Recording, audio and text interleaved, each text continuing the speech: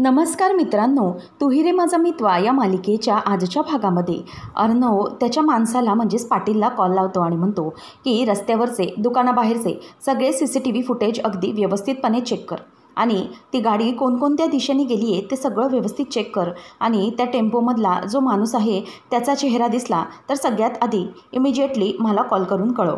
तेव्हा मग पाटील म्हणतो की काळजीच करू नका सर, पहिलं काही मला समजलं तर पहिला कॉल तुम्हासनीच. तेव्हा मग पाटील गुड असं बोलून त्याचा फोन तो ठेवतो आणि नंतर त्या सगळ्याच गोष्टींमध्ये अर्णव अगदी रेस्टलेस झालेला असतो. ईश्वरीच्या काळजीने त्याला अगदीच घाम फुटलेला असतो. काय करावं हे त्याला काहीच कळत नसतं. आकाशला समजतं म्हणून आकाश आता त्याच्याजवळ येतो आणि दादा हे घे, पाणी पिऊन घे असं तो त्याला बोलतो. आणि अर्णव पण आता पटकन पाणी पितो कारण त्याच्या मनात विचारांचे नुसते गोंधळ सुरू असतात. आणि आकाशने पाणी दिल्यावर तो ते पितो आणि थँक्यू म्हणतो. आकाश त्याला म्हणतो की दादा, अरे तू किती रेस्टलेस झाला आहेस, अरे ईश्वरीच्या आठवणींमध्ये तू किती रेस्टलेस झाला आहेस आणि तिची काळजी झाली आहे ना तुला, तिची खूप काळजी वाटते ना तुला, असं म्हणून आता तो त्याला बोलत असतो. परंतु त्याच वेळेला अर्णवला पटकन ठसकाच लागतो कारण आकाशने अगदी योग्यच अर्णवला ओळखलेलं असतं. म्हणूनच आकाशला बघितल्यावर तो पटकन आता ठसका लागल्यासारखं करतो. तेवढ्यातच आकाश काही बोलणार त्याला फोन येतो आणि तो म्हणतो की दादा जरा थांब हां, असं म्हणून तो फोन घेऊन बाजूला निघून जातो. आकाश गेल्यावर अर्णव विचार करू लागतो की जे काही आकाश बोलला ते अगदी योग्य आहे. मला ना माझ्या डेस्टिनीची खूप भीती वाटते. जेव्हापासून मी मिस इंदोरच्या प्रेमात पडलो आहे तेव्हापासून तिच्या आयुष्यात या अडचणी वाढल्यात का, म्हणजे मी तिच्या प्रेमात पडल्यापासून तिच्या बाबतीत हे सगळं होतं आहे आणि तिला हा त्रास होतो आहे असं मला वाटतं आहे. आणि जर मिस इंदोरला हे समजलं की मी तिच्या प्रेमात पडलो आहे आणि त्यामुळे तिला हा सगळा त्रास होतो आहे आणि माझ्या डेस्टिनीमुळे तिला हे सगळं भोगावं लागतं आहे, तर मात्र ती मला सोडून निघून गेली तर, म्हणजे ती माझ्यापासून कायमची दूर झाली तर, नाही, मी हे सगळं काहीच होऊ देणार नाही आहे. मिस इंदोरच्या बाबतीत मी कोणतीही रिस्क घेणार नाही. आता मिस इंदोरला मी कधीही माझ्यापासून अजिबातच लांब जाऊ देणार नाही. किती काही झालं तरीही मी या गोष्टींचा शोध घेणारच आहे. मिस इंदोरला मी कधीच लांब जाऊ देणार नाही, असं अर्णव स्वतःशीच बोलत असतो आणि त्याला स्वतःच्याच नशिबाची भीती वाटत असते. ईश्वरी तिचा एक ठेवणीतला बॉक्स असतो तो काढते आणि तो काढून त्याच्यातल्या ज्या सगळ्या वस्तू असतात त्या खाली बेडवर टाकते आणि एक एक करून शोधत असते आणि म्हणते की इतक्या सगळ्या वस्तू आहेत पण एक कामाची नाही आहे. तेवढ्यात जयू आत्या आणि नमू एक्झिबिशनवरून आलेले असतात. नम्रता विचारते की काय गं इशू, अगं हे काय करतेस, काय चाललं आहे तुझं. तेव्हा मग ती म्हणते की अगं ताई काहीतरी शोधते. नम्रता म्हणते की काय शोधतेस तू. ती म्हणते की अगं असं काहीतरी जे कोणाला तरी मला देता येईल गिफ्ट म्हणून. मग नम्रता पुन्हा विचारते की अगं पण कोणाला द्यायचं आहे काय तुला. तेव्हा ती म्हणते की अगं ताई अर्णव सरांना द्यायचं आहे मला. आता काही दिवसांमध्येच आपण इंदोरला निघून जाणार ना, म्हणूनच मला अर्णव सरांसाठी काहीतरी स्पेशल बनवायचं आहे, त्यांना काहीतरी स्पेशल द्यायचं आहे जेणेकरून त्यांच्याबरोबर ते कायम राहील. असं म्हटल्याबरोबर आता इथे आत्याला तर ते पटलेलंच नसतं. नम्रता म्हणते की ठीक आहे, मग तू काय करण्याचा विचार करतेस. तेवढ्यातच आत्या तिला बोलते की अगं इशू तू पण ना एकदम अजीबच आहेस. अगं त्या अर्णवसाठी हे सगळं करतेस, तुला माहिती आहे ना तो अर्णव तुझ्याशी कसा वागला आहे, तरीही तू त्या माणसासाठी हे सगळे प्रयत्न करतेस. तेव्हा मग नम्रताला ती म्हणते की हो ताई, मी अर्णव सरांसाठीच प्रयत्न करते. मला माहिती आहे आत्या की ते भडकूचंद आहेत, परंतु ते मनाने खरंच चांगले आहेत. आणि हो, आत्तापर्यंत आम्ही भरपूर भांडलो असू, शेकडो बार भांडलो असू, परंतु त्यांनी मला खूप मदत केली आहे तेही मला विसरता येणार नाही. जे काही घडलं आहे ना त्या बाबतीत मला कधी कधी रागही येतो, परंतु त्यांनी जी काही मदत केली आहे ती मला नाही विसरता येणार. इथे या अंजान शहरामध्ये त्यांनी माझ्यासाठी जे काही केलं आहे ना ते मला विसरता येणार नाही. मला माहिती आहे ते खूप रागीट आहेत, समोरच्याला अगदी पटकन न विचार करता बोलून टाकतात, भडकूचंद आहेत आणि माझ्याशीही कित्येक वेळा भांडलेत, मी त्यांच्याशी भांडले, परंतु त्यांच्यातला एक माणूस आहे जो कधीतरी चांगला वागतो. ते खरंच मनापासून मित्रांसाठी करत असतात, त्यांच्या मनात कुठलीही खोट नसते आणि म्हणूनच मला अर्णव सरांसाठी काहीतरी करायचंच आहे असं ईश्वरी आता विचार करते. तेवढ्यातच तिथे सुप्रिया चहा घेऊन येते आणि म्हणते की काय गं काय करतेस तू. तेव्हा ती म्हणते की आई अगं अर्णव सरांना आपण जायच्या अगोदर काहीतरी गिफ्ट द्यायचं आहे. तेव्हा सुप्रिया म्हणते की वा अगं इशू, ही तर एकदम बढिया आयडिया आहे, बरोबर तू कर काहीतरी आणि अर्णवला दे, खरंच खूप चांगला आहे तो. आणि असं काहीतरी कर ना जेणेकरून ती गोष्ट ना अर्णवसोबत ना कायमची राहिली पाहिजे आणि त्या गोष्टीमुळे सतत आपली आठवण अर्णवला येत राहिली पाहिजे. असं काहीतरी तू त्याला गिफ्ट दे आणि एकदम वेगळं काहीतरी, असं सुप्रिया सुचवते. त्यावर आता लगेच आत्या म्हणते की अगं दोघीजणही तुम्ही काय अशा करताय? ईश्वरी विचारच करत असते. आत्या परत म्हणते की तुम्ही दोघी पण ना अगदी अजीबच आहात बघ. इतकं सगळं घडून गेलं आहे तरीही तुम्ही त्या अर्णवला गिफ्ट देण्याचा विचार करताय. अगं तो कसा आहे ते तुम्हाला माहिती आहे ना? अगं ईश्वरी तू विसरलीस का? अगं त्याच्यामुळे ना तुला हमेशा त्रासच झाला आहे आणि तू अशा माणसाला गिफ्ट देण्याचा विचार करतेस. खरंच बाबा मला तर पटतच नाही आहे हे सगळं. त्या अर्णवमुळे काय काय घडलं आहे, तुला किती त्रास झाला आहे, सुरुवातीला त्यांनी तुला किती त्रास दिला आहे हे तू विसरतेस का? आणि अगं तो बिझनेसमॅनच आहे शेवटी. गोड गोड बोलून आपल्या बोलण्यात सगळ्यांना घ्यायचं आणि सगळ्यांना भुरळ पाडायची, हा तर त्याचा पेशाच आहे. मग त्याच्यासाठी हे सगळं करण्याची काय गरज? आणि शिवाय तो इतका रागीट आहे, मग हे सगळं करण्याची अजिबातच गरज नाही आहे ना. जयू आत्याला मात्र या सगळ्याचाच राग येत असतो. ईश्वरी म्हणते की हो हो अगं असू देत, मला कळतं आहे आत्या तुझे काही म्हणतेस ते. झाला असेल मला अर्णव सरांचा त्रास. सुरुवातीचे काही दिवस मी मान्य करते की त्यांनी मला खूप त्रास दिला, परंतु आता जर ते मनाने चांगले नसते किंवा त्यांना माझ्याबद्दलचा राग आणि तिरस्कारच असला असता तर ते मला एवढी मदत करायला आले असते का? काल मला एवढं गुंडांनी किडनॅप केलं होतं, परंतु तरीही अर्णव सर स्वतःचा जीव धोक्यात घालून मला वाचवण्यासाठी तिथे पोहोचलेच ना. आणि त्यांना त्यांच्या ऑफिसमधल्या स्टाफला वाटण्याच्या मिठाईची चिंता नव्हती, त्यांना चिंता होती ते माझी काळजी होती त्यांना, म्हणूनच ते माझ्या काळजीसाठीच तिथपर्यंत पोहोचले होते मला वाचवण्यासाठी. मग इतका माणूस जर माझ्यासाठी जीव धोक्यात घालू शकतो तर मी त्याच्यासाठी काही करू शकत नाही का? मला त्यांच्यासाठी काहीतरी करायचं आहे. असाच विचार आता पुन्हा ईश्वरी बोलून दाखवते आणि म्हणते की खरं तर मला ना अर्णव सरांबद्दल कधी कधी नाही समजत. आत्या म्हणते तसे ते खूप चिडतात, रागवतातही सगळ्यांवरती आणि खरंच त्यांचा स्वभाव हा खूप वेगळा आहे. त्यांचं वागणं एक क्षणाक्षणाला बदलत असणारं आहे. परंतु अर्णव सरांनी माझ्यासाठी खरंच खूप काही केलेलं आहे. त्यांनी मला मदत केली आणि हां आणखी महत्त्वाची गोष्ट म्हणजे की त्यांनी ही जी काही ऑर्डर मला दिली आहे ते चॅलेंज दिलं, ते मुद्दाम दिलं आहे हे काल माझ्या लक्षात आलं. कारण त्यांनी ही जी काही मिठाईची मला ऑर्डर दिली ना ती मुद्दाम दिली. खरं तर मी नकार देत होते, परंतु त्यांनी मुद्दाम मला चॅलेंज दिलं. का तर त्यांना माहीत होतं, त्यांना माझ्यावर भरोसा होता की मी या मिठाईची ऑर्डर अगदी व्यवस्थितपणे पूर्ण करू शकते आणि म्हणूनच त्यांनी मुद्दाम मला हे सगळं चॅलेंज देऊन माझ्याकडून हे मेहनतीने काम करून घेतलेलं आहे. आता हे तर नाकारता येणार नाही की ही जी मला ऑर्डर मिळाली ती माझ्या मेहनतीमुळे तर मिळालीच, परंतु अर्णव सरांनी माझ्यावर भरोसा दाखवला आणि त्याच्यासाठीच ही मला इतकी मोठी ऑर्डर मिळाली आहे.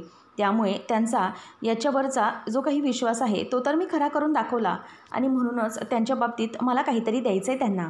आणि इतकं त्यांनी आपल्यासाठी केलं आहे तर आपल्याला त्याबद्दल विसरता तर येणारच नाही आहे ना. म्हणूनच मला हे सगळं त्यांच्यासाठी करायचं आहे असं ईश्वरी बोलून दाखवते. त्यावेळेला आत्या म्हणते की हो मिठाईची ऑर्डर दिली त्याने, परंतु त्याच्यामध्ये त्याचाही फायदाच झाला ना. त्याला इतकी घरगुती मिठाईची ऑर्डर कुठे मिळणार होती का? म्हणूनच मला तर वाटतं आहे की तू ना त्याबद्दल चुकीचा विचार करतेस.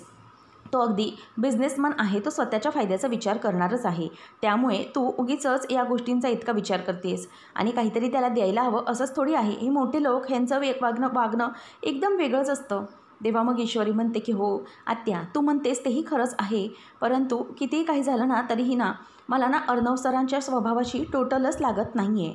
कितीही काही झालं तरीही ते खूप वेगळेच आहेत. कधीतरी ते खूप दुसऱ्यावरती भडकत असतात, दुसऱ्यावर स्वतःचा राग काढतात, परंतु कधीकधी दुसऱ्यांवर अगदी मनापासून ते प्रेम करत असतात. आपल्या माणसांची अगदी व्यवस्थितपणे ते काळजी घेत असतात. शिवाय ते कधीकधी असे वाटतात की आपल्या आईच्या आठवणीत रडणारे अगदी लहान मासूम मूल आहेत असंही वाटतं. तर कधीकधी मला असं वाटतं की ते एकदम कधीतरी स्वतः एकदम पक्के मुरलेले बिझनेसमॅन आहेत जे सतत पैशांचाच विचार करतात. खरंच मला कळत नाही की अर्णव सरांचं कुठलं रूप हे खरं आहे. त्यांच्या बाबतीत मी नेहमीच कन्फ्युज्ड असते. मला काही समजत नाही की त्यांचं वागणं कसं असतं, क्षणाक्षणाला बदलणारं. परंतु किती काही झालं या गोष्टी जरी असल्या तरी मला एक माहिती आहे की मला अर्णव सरांना हे गिफ्ट द्यायचं आहे आणि त्यामुळे मी त्या गोष्टीचाच विचार करते आणि त्याच बाजूने वागते. म्हणूनच मी त्यांच्यासाठी गिफ्ट देणार आहे, मला त्यांनी जी काही मदत केली आहे त्याबद्दल. तेव्हा मग सुप्रिया म्हणते की हो इशू तू जे काही म्हणतेस ना ते अगदी बरोबर बोलतेस बघ. जास्त कुठल्याही गोष्टीचा विचार करत बसायचाच नाही. आता तू इंदोरला जातेस, तुझ्या मनात आलं आहे ना की अर्णवला काहीतरी गिफ्ट द्यायचं आहे, मग ठीक आहे, काय हरकत आहे गिफ्ट द्यायला. आणि प्रत्येक गोष्टीमध्ये गिफ्ट किंवा भेटवस्तू देण्यासाठी कुठल्याही नात्याची गरज नसते. अशी काही नाती असतात ज्यांना काही नाव नसतं. त्यामुळे आपल्या मनात आलं आहे ना मग ते करून मोकळं व्हायचं. किती काही झालं तरीही पुढच्या गोष्टींचा काही विचार नाही करायचा. तुझ्या मनात आलं आहे तर ते तू करून मोकळी हो. नको कसला विचार करूस की तुला तुला काय वाटेल किंवा समोरच्याला काय वाटेल या बाबतीतला विचारच तू सोडून दे, हो की नाही नमू? तेव्हा नम्रता म्हणते की हो आई एकदम योग्य बोलते आहे, तुला कसलाही विचार आणण्याची मनात गरजच नाही आहे. आता असं म्हटल्यावर ईश्वरीच्या मनात एकदम ठाम होतं की मी अर्णवला गिफ्ट देणारच, परंतु जयू आत्याचा जीव नुसता वरखाली होत असतो. तर दुसरीकडे अर्णवच्या बड्डे पार्टीच्या केकचं सिलेक्शन सुरू असतं आणि मामा एक एक केक टेस्ट करून बघत असतो आणि अंजलीला म्हणतो की वा वा, हा तर केक एकदम अप्रतिम आहे, वा खरंच हा पण सुंदर आहे. तेव्हा मग अंजली म्हणते की मामा अरे एक चूज कर ना यामधला, सगळंच कन्फ्यूज करणार आहे. तेवढ्यात आकाश येतो आणि म्हणतो की हे गाईज व्हॉट्सअप. तेव्हा अंजली म्हणते की अरे व्हॉट्सअप वगैरे काय, तुला मी लवकर बोलवलं होतं ना, आपल्याला अर्णवच्या बर्थडेचं सरप्राईजचं सेलिब्रेशनची तयारी करायची आहे ना. मग तो म्हणतो की हो मी येणारच होतो, मी दादाला काय सांगणार होतो माझ्या की बाबा तुझ्या रे बड्डेची सेलिब्रेशनची तयारी करायची मला, तर मला जरा ऑफिसमध्ये लवकर जाऊ दे असं म्हणायचं होतं का मला दादाला.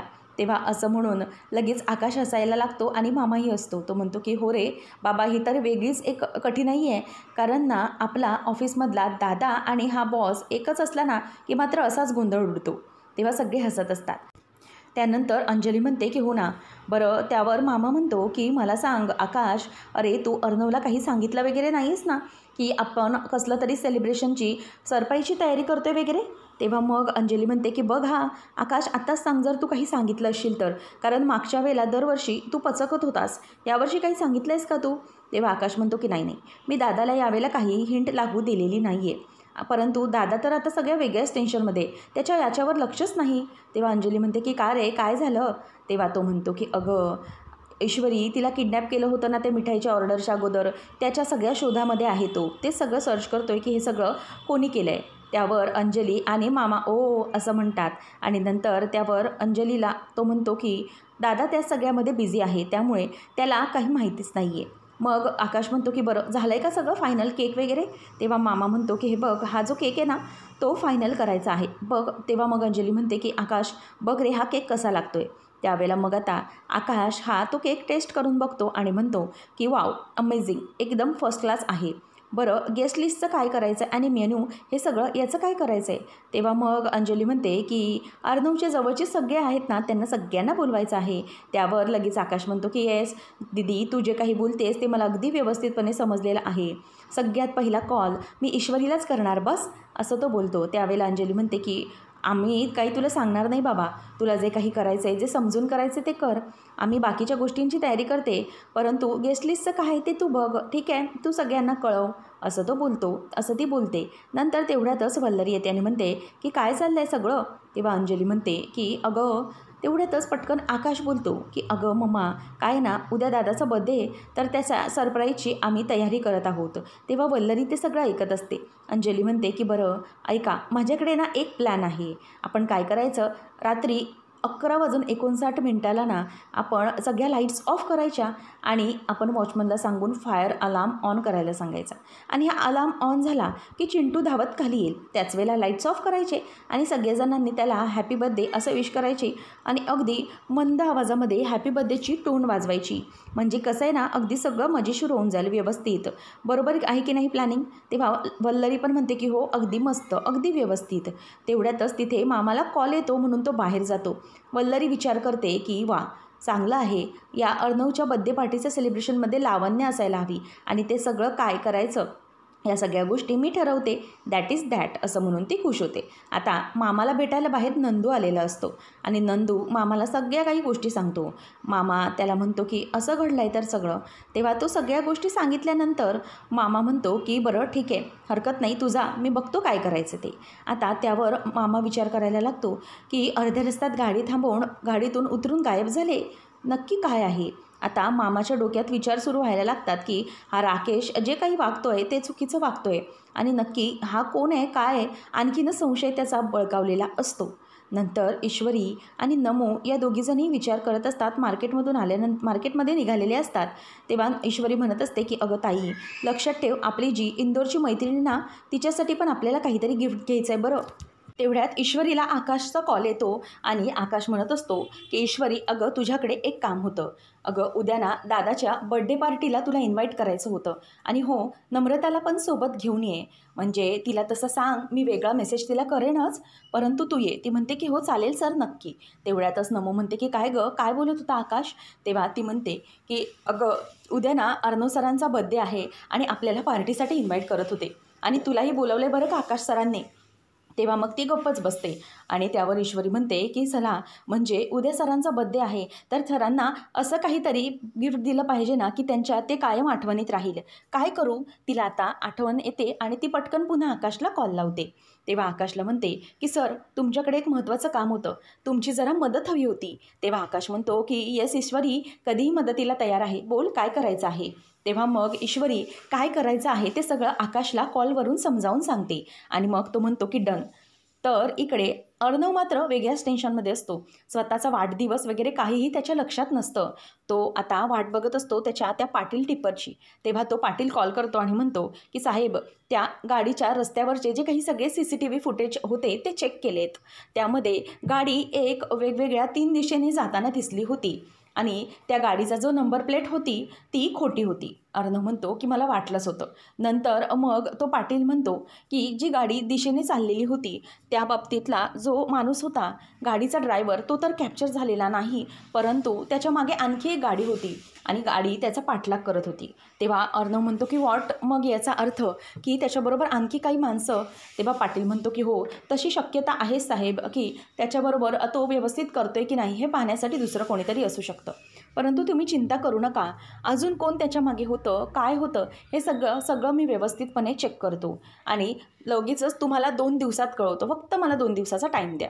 तेव्हा मग अर्णव फोन ठेवतो आणि विचार करतो की काही झालं तरीही आता लवकरात लवकर ही व्यक्ती माझ्या हाती लागणारच आहे.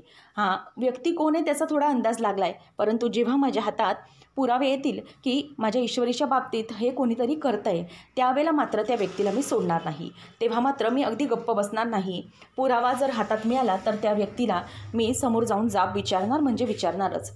तेव्हा मग अर्णव विचार करतो की परंतु त्या टेम्पोला कुठून बुक केलं होतं ते माहितीच नाही आहे.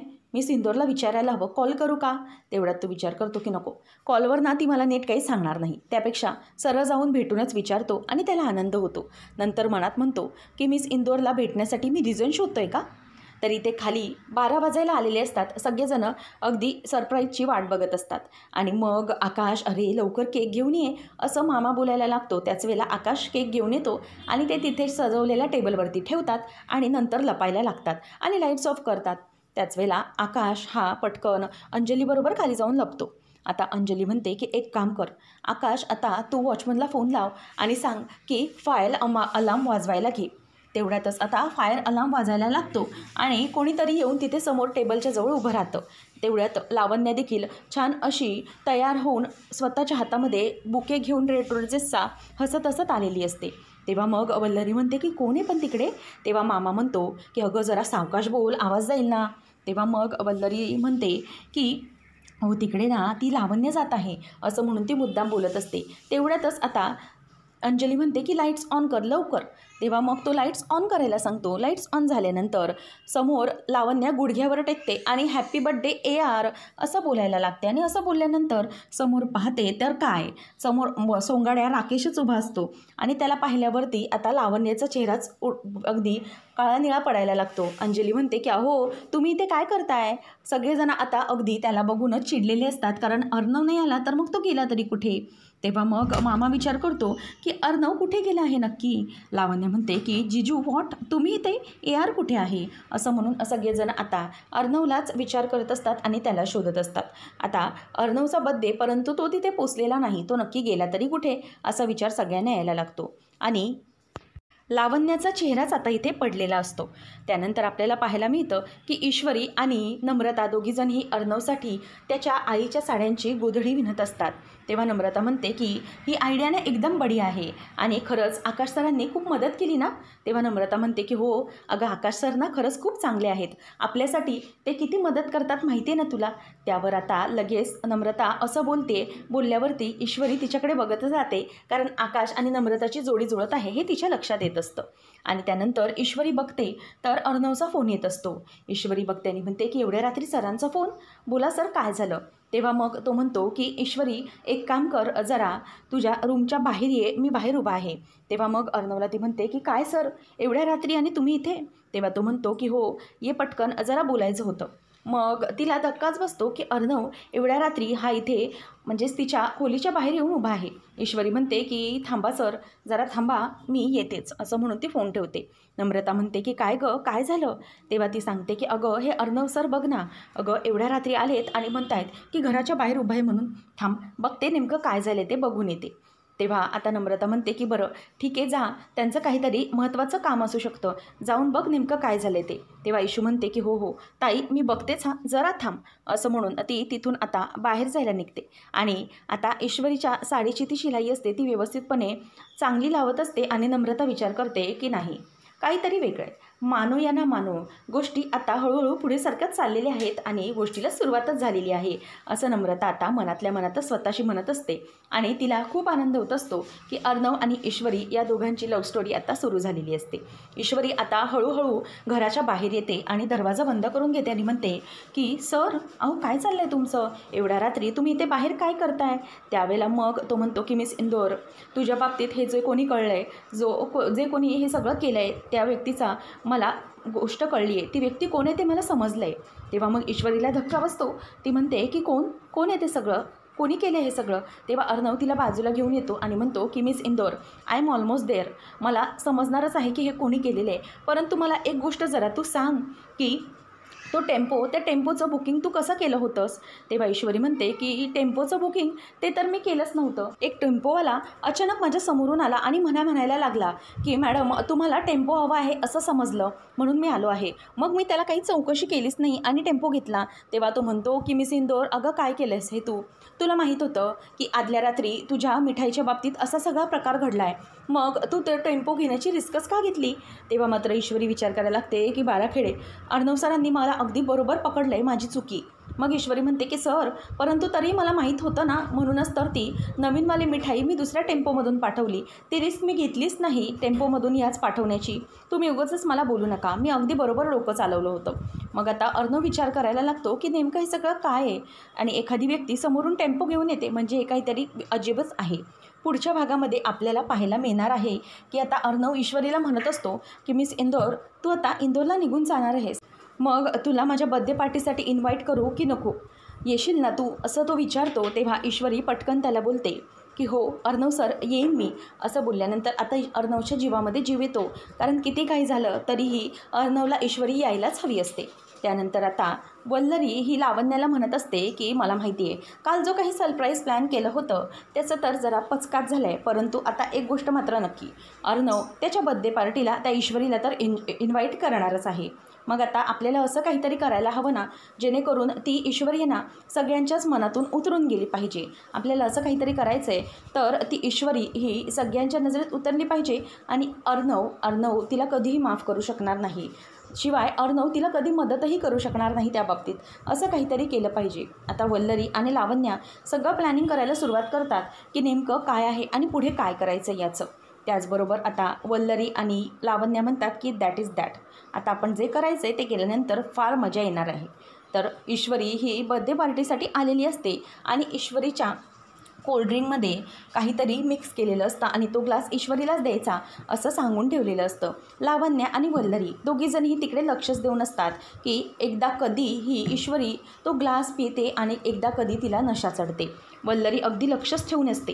आता ईश्वरीच्या हातामध्ये तो ग्लास असतो आणि ती गप्पा मारत मारत तो ग्लास प्यायला सुरुवात करते. तेवढ्यातच लावण्या मात्र घालातल्या घालातच हसत असते. आता नेमकं पुढे काय घडणार हे पाहणं रंजक ठरेल. अशाच अपडेटसाठी चॅनलला नक्की सबस्क्राईब करा.